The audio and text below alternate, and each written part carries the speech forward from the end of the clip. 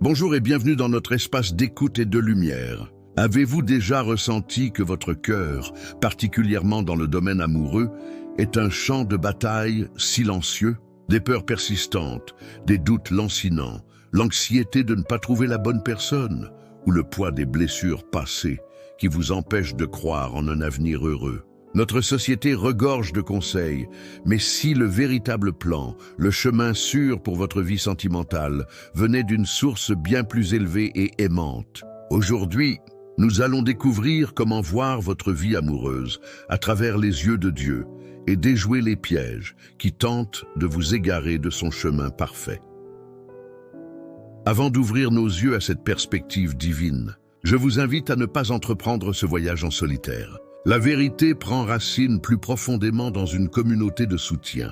Rejoignez notre famille de guerriers de la prière en vous abonnant à cette chaîne. Ensemble, nous cherchons la sagesse d'en haut pour chaque aspect de notre vie. Et si ce message commence déjà à apaiser votre âme, accomplissez un acte missionnaire de compassion. Laissez un j'aime. Votre geste peut aider cette vidéo à atteindre une personne qui se sent perdue et découragée dans sa quête d'amour et qui a besoin d'entendre que Dieu a un plan merveilleux pour elle.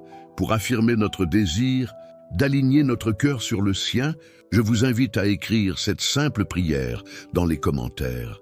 Seigneur, aide-moi à voir l'amour avec tes yeux.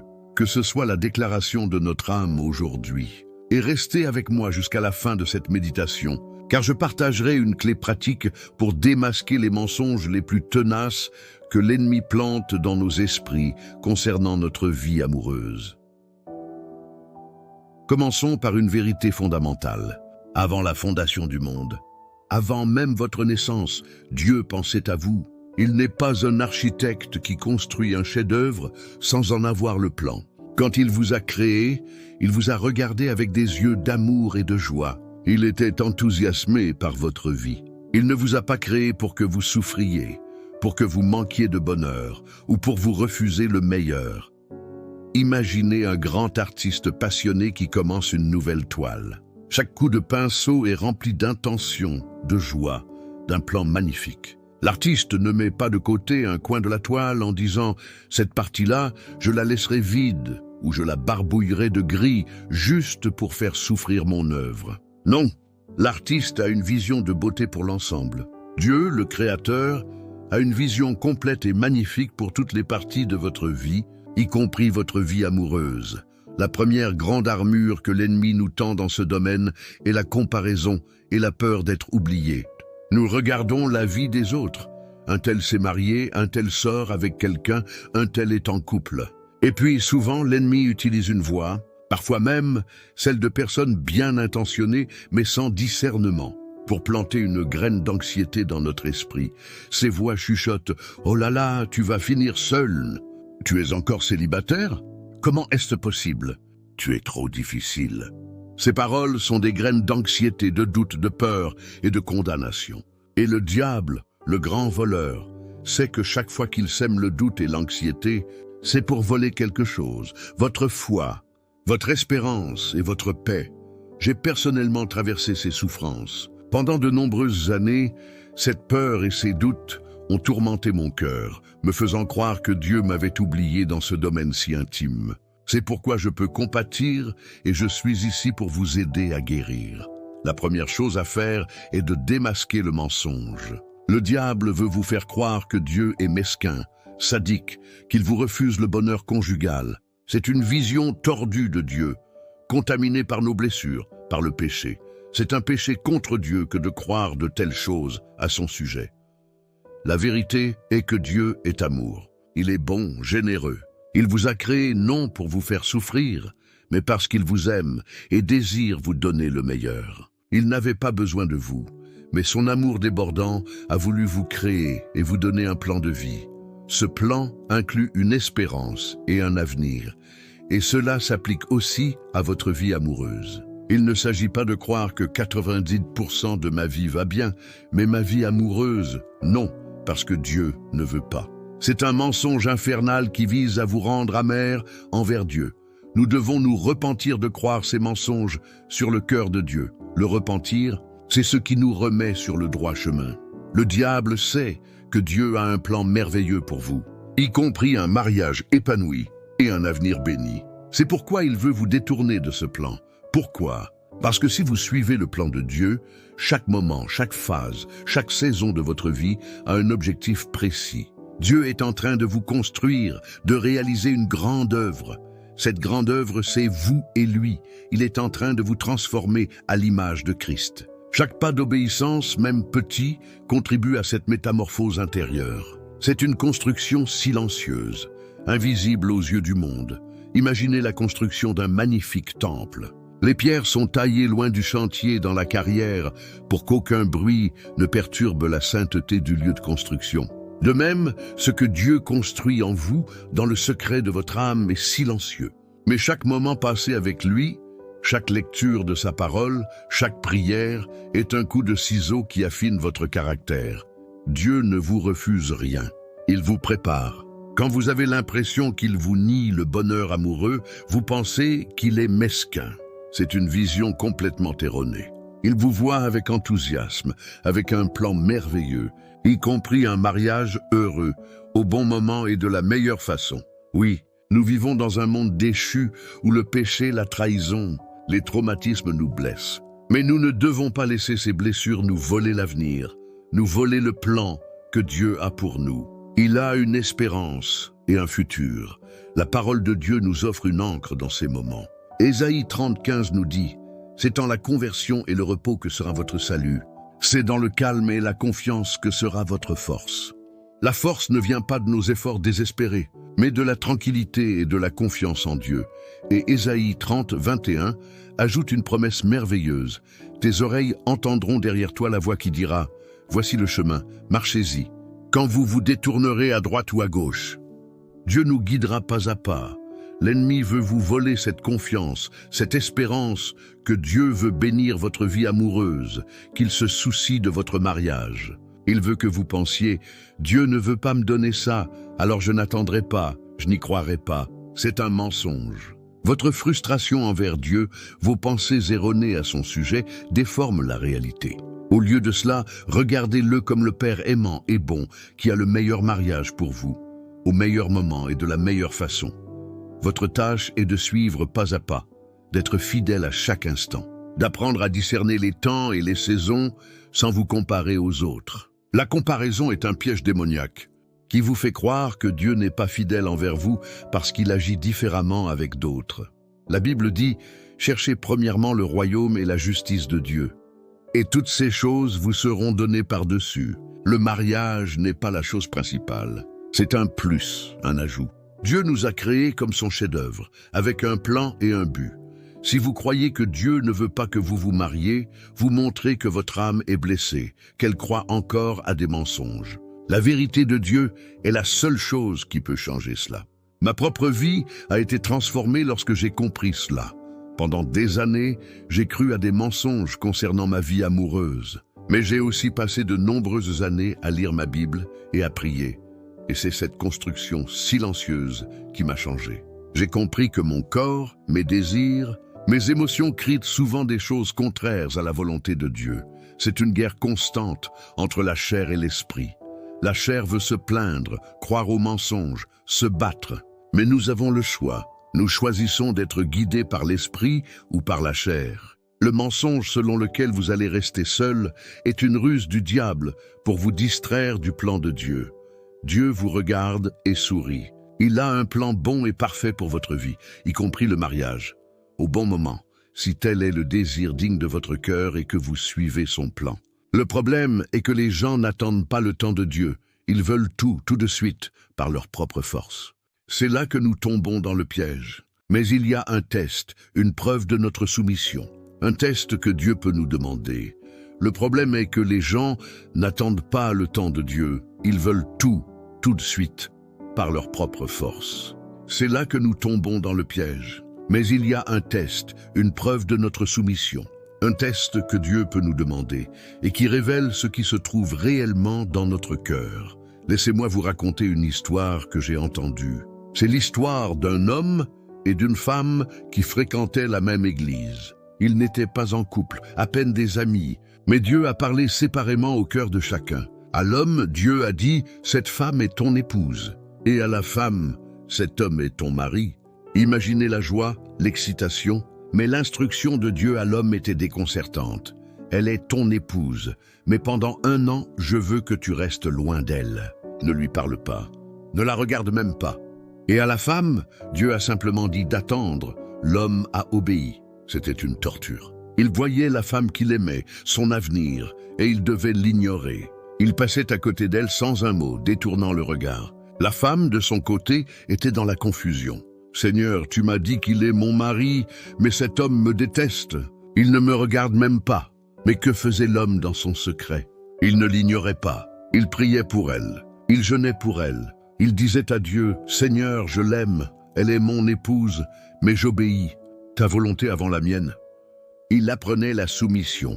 1 an plus tard, un serviteur de Dieu les a appelés tous les deux et leur a révélé que c'était un test. Un test pour voir si leur désir l'un pour l'autre était plus grand que leur obéissance à Dieu. Ils avaient réussi l'épreuve. Leur cœur avait été approuvé. Et vous? Si Dieu plaçait devant vous la personne qu'il vous destine et vous disait « c'est elle, c'est lui ». Mais maintenant, reste loin. Ne dis rien. Attends mon signal. Quelle serait votre réaction? Serait-ce la révolte? C'est absurde, Seigneur. C'est mon mari, c'est ma femme. Je ne peux pas ne pas lui parler. Je vais faire à ma manière. Je n'ai pas besoin de toi, Dieu. Je vais aller lui parler moi-même. C'est la réaction de l'impatience, de la chair, ou serait-ce la soumission? Tu es mon Dieu, tu sais ce que tu fais. J'ai confiance en ton plan et en ton timing. Je me soumets à ta volonté, même si je ne la comprends pas. C'est la réaction de la foi mûre. Une chose que peu de gens apprennent aujourd'hui est la soumission profonde, véritable, totale. C'est la soumission qui prouve une foi qui croit vraiment que Dieu est bon et que ses plans sont parfaits. Quand Dieu nous donne une instruction et que nous réagissons avec une crise de colère enfantine, c'est injuste. Pourquoi moi? Je suis fâché contre toi, Dieu. Nous montrons notre immaturité. Et pire encore, nous devenons sourds.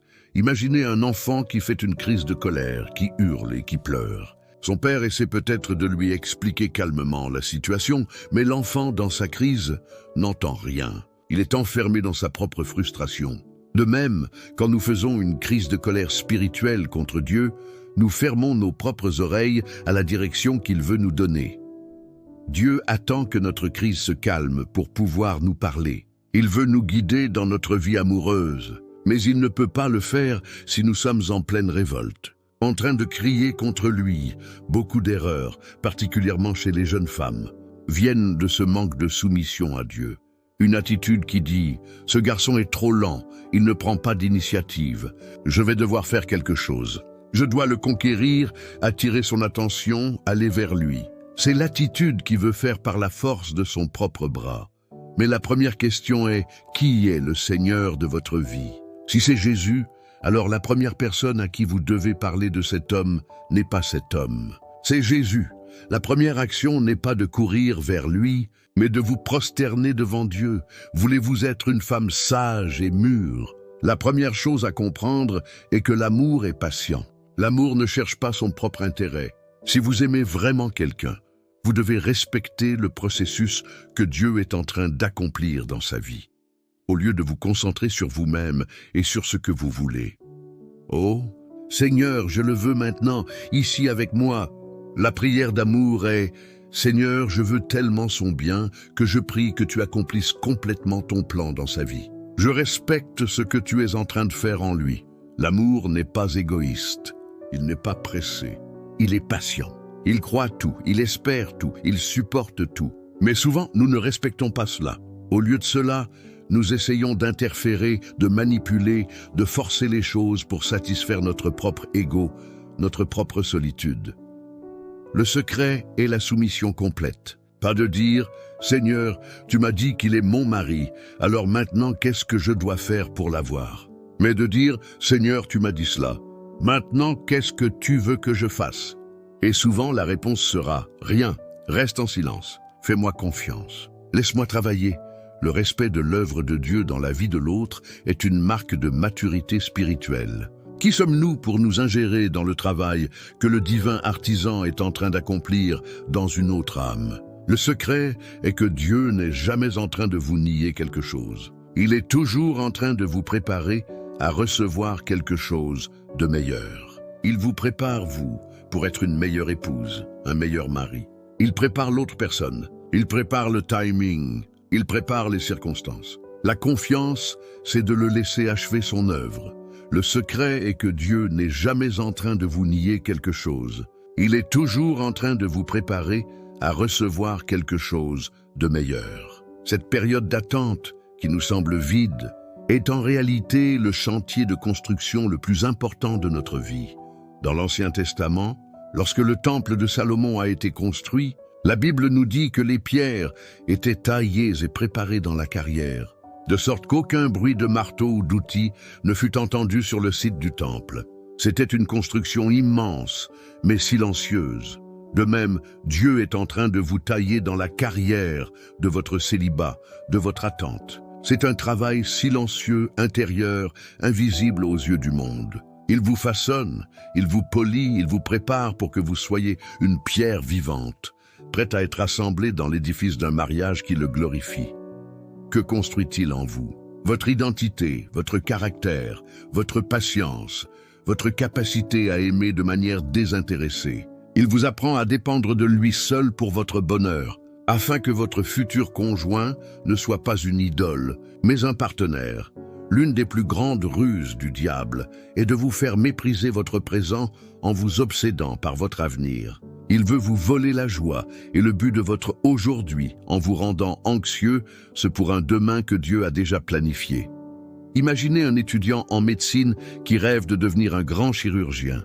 Mais au lieu de se concentrer sur ses cours d'anatomie et de physiologie, il passe ses journées à regarder des vidéos d'opérations chirurgicales complexes et à se plaindre de ne pas être encore au bloc opératoire. Il finira par échouer à ses examens de base et ne deviendra jamais chirurgien.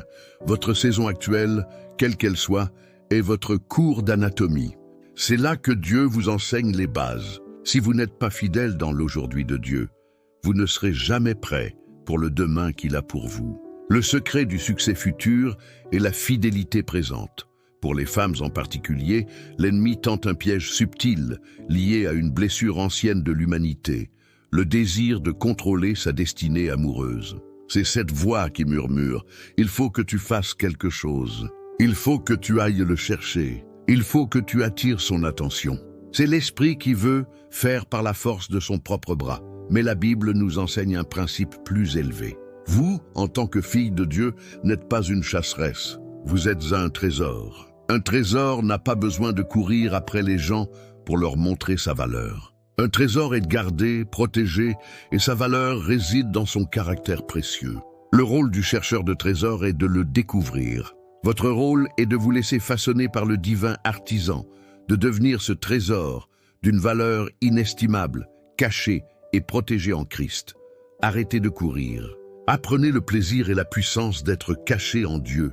C'est dans ce lieu secret de communion avec lui que vous trouverez votre véritable valeur et votre beauté. Un homme qui est vraiment guidé par Dieu ne sera pas attiré par une femme qui court dans tous les sens. Il sera attiré par le parfum de Christ qui émane d'une femme qui demeure en paix dans la présence de son roi. Et cela s'applique aussi aux hommes. Au lieu de courir de fleur en fleur, Dieu vous appelle à devenir un gardien, un protecteur, un homme dont le cœur est si solidement ancré en Dieu qu'il est capable de discerner le véritable trésor quand il le voit. Pendant cette période de préparation, soyez un bon intendant de votre cœur. C'est votre bien le plus précieux. Ne le gaspillez pas en conversations futiles avec une multitude de personnes, juste pour nourrir votre ego ou apaiser votre solitude. Si un homme est votre mari, vous aurez toute une vie pour converser avec lui. Si un homme n'est pas votre mari, pourquoi gaspilleriez-vous votre temps, votre énergie émotionnelle et votre cœur dans une conversation qui ne mène nulle part?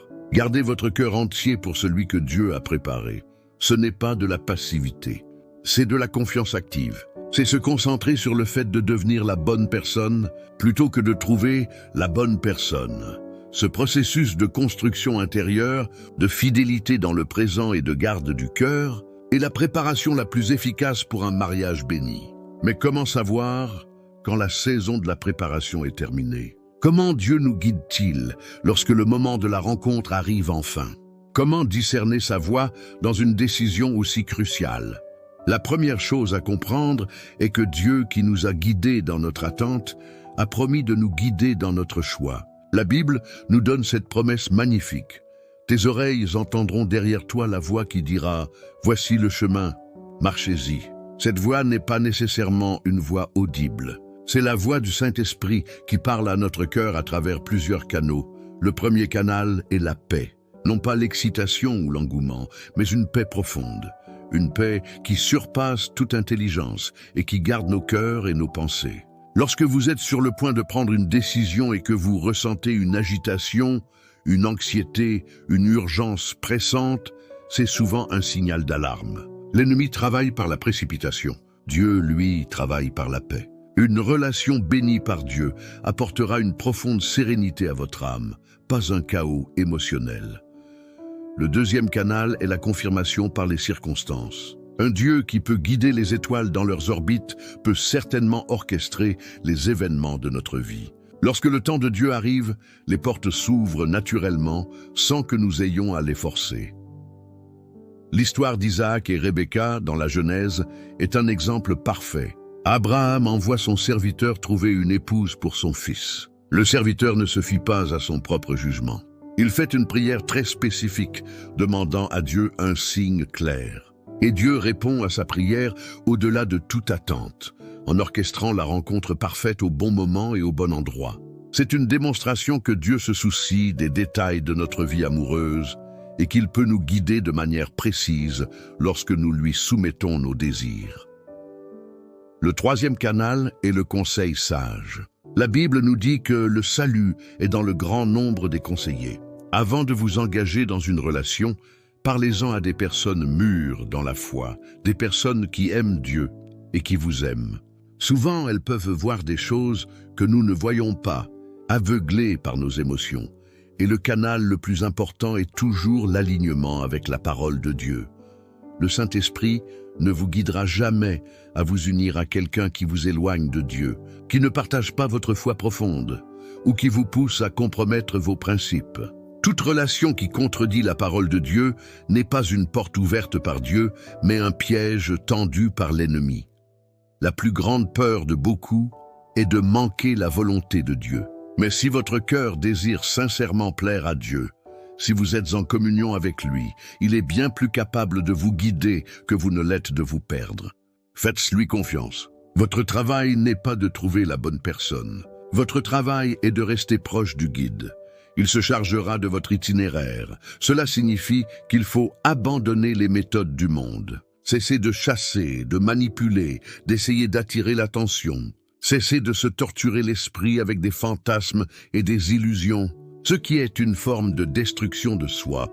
Beaucoup de jeunes femmes, en particulier, se détruisent en fantasmant sur des hommes, en s'imaginant des histoires qui n'existent pas. C'est un péché contre soi-même, un manque de respect pour sa propre âme. On remplit son esprit de mensonges, au lieu de le remplir de ce qui est vrai et honorable.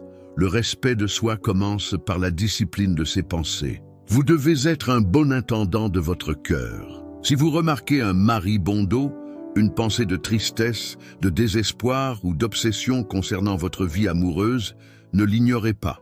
Cherchez la source, cherchez le nid. Quelle est la racine de ce mensonge? Et remplacez-le par la vérité de la parole de Dieu. Le plan de Dieu n'est pas seulement de vous amener à rencontrer la bonne personne.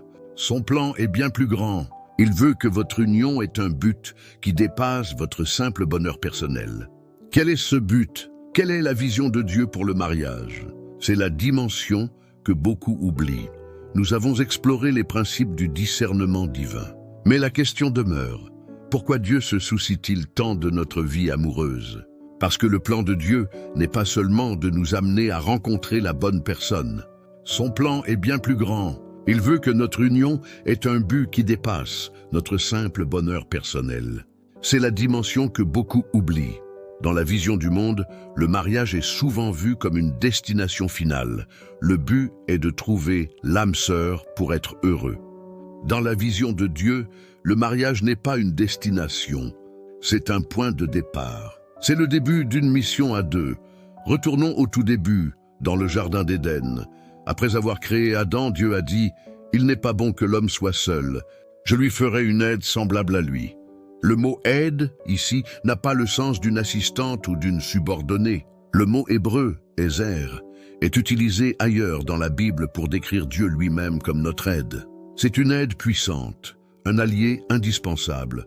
Ève n'a pas été créée simplement pour tenir compagnie à Adam, mais pour être sa partenaire dans la mission que Dieu leur avait confiée, remplissez la terre et l'assujettissez. Ils devaient gérer la création ensemble. Le mariage, dès le commencement, a été conçu comme un partenariat de mission. Imaginez un projet de construction immense et complexe. L'architecte ne choisit pas deux ouvriers au hasard. Il choisit deux personnes dont les compétences se complètent parfaitement pour accomplir la tâche. Dieu, le grand architecte, nous unit non seulement pour notre bonheur, mais parce qu'ensemble, nous pouvons accomplir pour son royaume des choses que nous ne pourrions jamais faire seuls. L'apôtre Paul élève cette vision à son plus haut niveau. Dans sa lettre aux Éphésiens, il dit que le mariage est un grand mystère qui représente la relation entre Christ et l'Église. Cela signifie que votre mariage n'est pas seulement une affaire privée. C'est une prédication vivante. La manière dont un mari et une femme s'aiment, se pardonnent, se soutiennent, est une démonstration visible pour un monde qui regarde de l'amour de Dieu pour l'humanité. Votre foyer est appelé à être une petite ambassade du royaume des cieux sur la terre. Un lieu où les gens peuvent voir à quoi ressemble la grâce, le pardon et l'amour inconditionnel de Dieu en action. C'est un but immense et magnifique. La Bible dit aussi « deux valent mieux qu'un », car s'ils tombent, l'un relève son compagnon. Dans le pèlerinage de la vie spirituelle, qui est un chemin semé d'embûches, le conjoint n'est pas seulement un partenaire romantique, il est un frère d'armes spirituelles. Imaginez deux alpinistes qui gravissent une montagne dangereuse. Ils sont encordés l'un à l'autre. Leur but n'est pas de se regarder l'un l'autre, mais de regarder le sommet et de s'entraider pour l'atteindre. Si l'un glisse, l'autre le retient. Dans un mariage spirituel, le but n'est pas seulement l'autre personne, le but est Dieu. Et nous sommes encordés l'un à l'autre pour nous aider mutuellement à atteindre le sommet de notre vocation en Christ. Cette perspective change tout. La question n'est plus « qu'est-ce que cette personne peut m'apporter pour que je sois heureux ?» C'est la question du monde, une question de consommation. La question de Dieu est « avec qui puis-je m'associer pour mieux servir Dieu et accomplir sa mission pour notre vie ?» C'est une question de vocation. Cette vision d'un mariage missionnaire est le plus grand antidote au piège de l'égoïsme et de l'impatience. Mais comment cette perspective transforme-t-elle notre manière de nous préparer pendant notre célibat? Et comment change-t-elle le type de personne que nous devrions chercher? C'est le secret d'une préparation intentionnelle. Si le mariage est une mission à deux, alors la période de célibat est votre camp d'entraînement individuel. Un soldat n'est pas envoyé en mission avant d'avoir été formé, équipé et testé. Votre célibat n'est pas une salle d'attente. C'est votre académie militaire spirituelle. C'est le temps que Dieu vous a donné, non pas pour chercher désespérément un partenaire, mais pour vous trouver vous-même en Christ et découvrir votre mission personnelle. Quelle est la mission que Dieu a spécifiquement pour vous en tant qu'individu? Quels sont les dons qu'il a placés en vous? C'est en devenant la personne que Dieu vous a appelé à être que vous serez prêt pour le partenaire qu'il a pour vous. Imaginez deux musiciens talentueux qui doivent jouer un duo complexe ensemble. S'ils ne font que s'attendre l'un l'autre, ils ne seront jamais prêts. Le succès de leur duo dépend du fait que chacun, de son côté, maîtrise sa propre partition, pratique ses gammes et devient un musicien accompli. Votre célibat est le temps de maîtriser votre partition personnelle. Cela change complètement le type de personne que nous cherchons. On ne cherche plus seulement quelqu'un de beau, de drôle ou qui nous complète. On commence à chercher un coéquipier de mission. On se pose les bonnes questions. Cette personne aime-t-elle Dieu plus que tout? Est-elle passionnée par le royaume de Dieu? Ses dons complètent-ils les miens pour que, ensemble, nous soyons plus efficaces pour Dieu? C'est la différence entre choisir un partenaire pour aller en vacances et choisir un partenaire pour escalader l'Everest. Pour les vacances, on choisit quelqu'un d'amusant. Pour l'Everest, on choisit quelqu'un de fort, de fiable, de courageux, quelqu'un en qui on peut avoir une confiance absolue lorsque la tempête arrivera. Le mariage est un Everest, pas des vacances. Cette préparation intentionnelle nous libère de la plus grande armure de l'ennemi, le désespoir du temps qui passe. Si vous comprenez que votre célibat est une saison de formation voulue par Dieu, vous ne le voyez plus comme une malédiction, mais comme une bénédiction. Chaque jour est une opportunité de devenir plus fort, plus sage, plus proche de Dieu. Cette saison est aussi une école de la confiance. C'est le temps où Dieu nous enseigne que lui seul peut combler le vide de notre cœur. Si vous n'apprenez pas à être pleinement satisfait en Christ pendant votre célibat, vous ne le serez jamais dans votre mariage. Vous demanderez à votre conjoint de combler un vide que seul Dieu peut combler, ce qui est une recette pour la déception et l'idolâtrie. Alors comment savoir si vous êtes prêt? Vous êtes prêt lorsque votre bonheur n'est plus conditionné par le fait d'être en couple. Vous êtes prêt lorsque votre désir de servir Dieu est plus grand que votre désir de vous marier. Vous êtes prêt lorsque vous pouvez dire honnêtement « Seigneur, si ta volonté est que je te serve seul, toute ma vie, je l'accepte avec joie, car tu me suffis. » C'est à ce moment de reddition totale que très souvent, Dieu ouvre la porte du mariage. Nous avons exploré le plan de Dieu, démasqué les pièges de l'ennemi, appris les tests de la soumission, compris le but du mariage et la nature de la préparation. Il ne nous reste plus qu'à prendre toutes ces vérités et à les transformer en une prière de consécration.